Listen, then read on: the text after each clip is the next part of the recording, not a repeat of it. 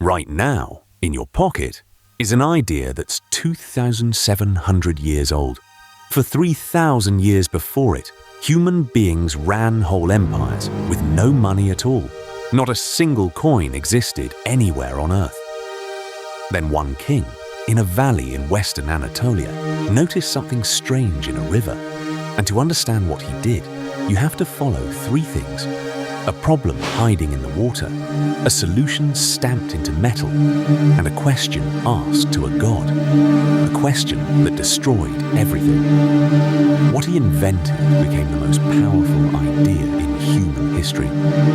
It made him the richest man alive. His name still means rich today, 26 centuries later.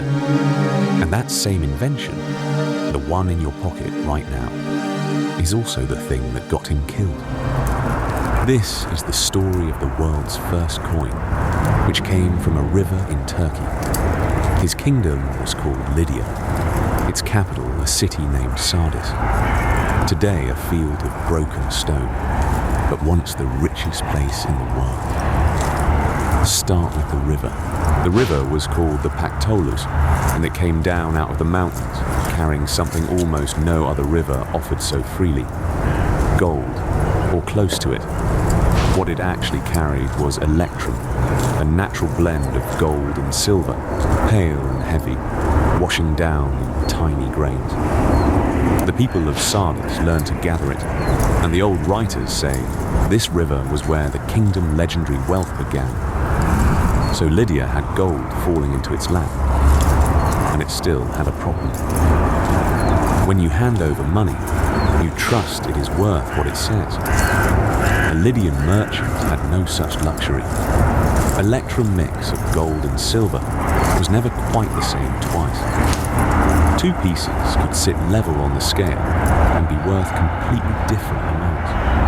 And where you cannot be sure, someone will always cheat.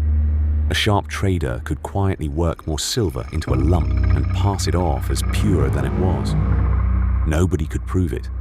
Everybody suspected it. So every sale turned into a small war of nerves. Weigh it, test it, haggle. Picture running an entire economy like that. And Lydia, more than almost anywhere, lived on trade. Sardis sat right where the goods of the Anatolian highlands met the Greek cities on the coast. Commerce was the kingdom bloodstream, and it was clogging on a single question nobody could answer with a scale. How much is this actually worth? The king, through much of this, was a man named Alyattes. And whether it was his idea or someone in his court, Lydia was about to answer that question in a way no one ever had. Not by purifying the gold, by doing something much stranger to it. The fix was almost absurdly simple, and it had nothing to do with chemistry. If nobody could trust the metal by looking at it, then the metal would have to carry a promise on its face. A mark. Something that said, plainly, this piece has been checked, its weight is fixed, and the king stands behind it. So in Sardis, someone weighed out a small piece of Electrum, laid it on a die, and brought a hammer down. What came off the anvil had never existed before. A small object whose whole reason for being was to be believed at a glance. They stamped it with a lion, the badge of the Lydian kings. Now, one honest caveat, because history is rarely tidy. People had used other things as money before: silver measured by weight in Mesopotamia, shells, rings, bars.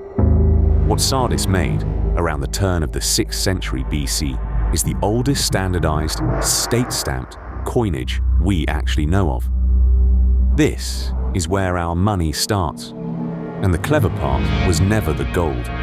It was the trust. Before, you had to trust the stranger in front of you, and you could not.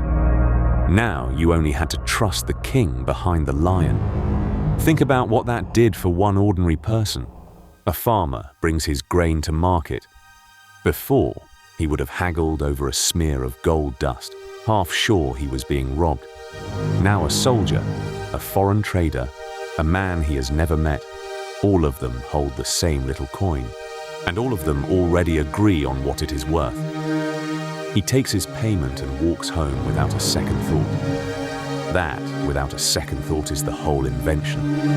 It caught on fast. The Greek cities across the water saw what Lydia had done and started striking their own coins within a couple of generations. And the kingdom that started it grew rich beyond anything its neighbors could imagine. Rich enough to produce a king whose name has outlived his entire civilization.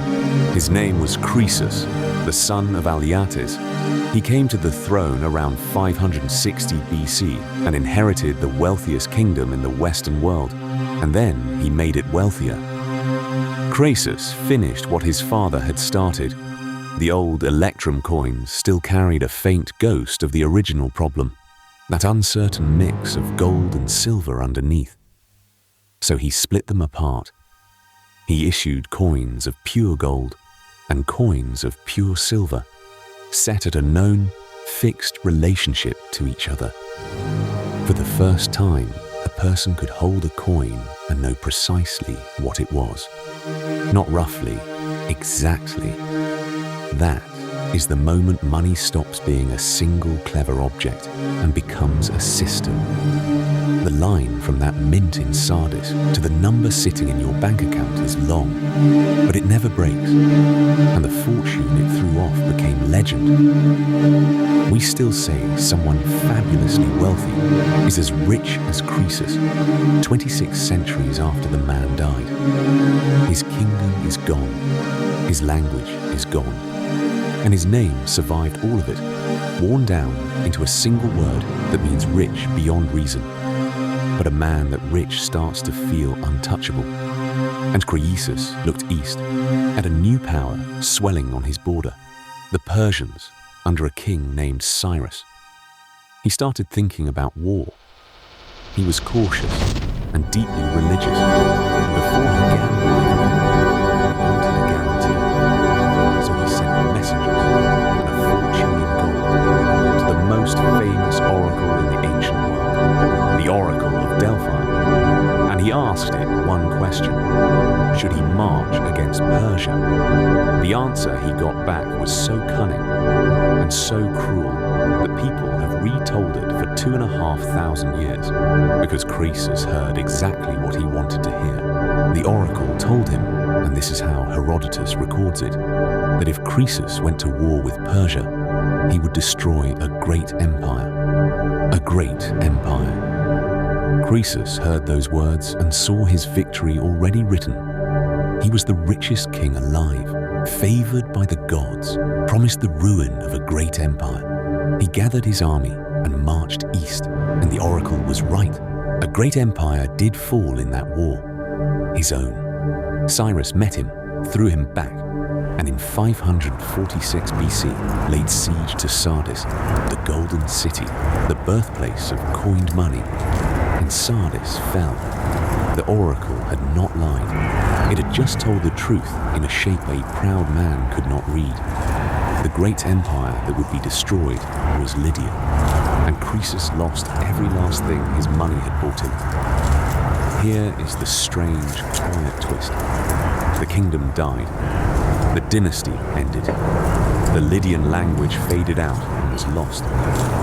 Sardis crumbled into the field of ruins you can walk through today.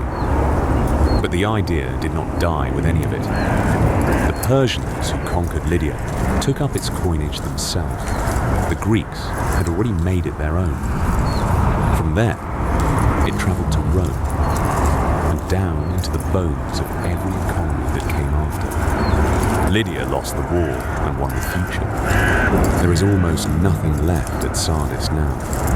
The palace is gone, Croesus is dust, and the river still runs past the ruins like it did when all of this was worth killing for. But do something for me. Reach into your pocket or look at the screen in your hand, the little number that says what you have.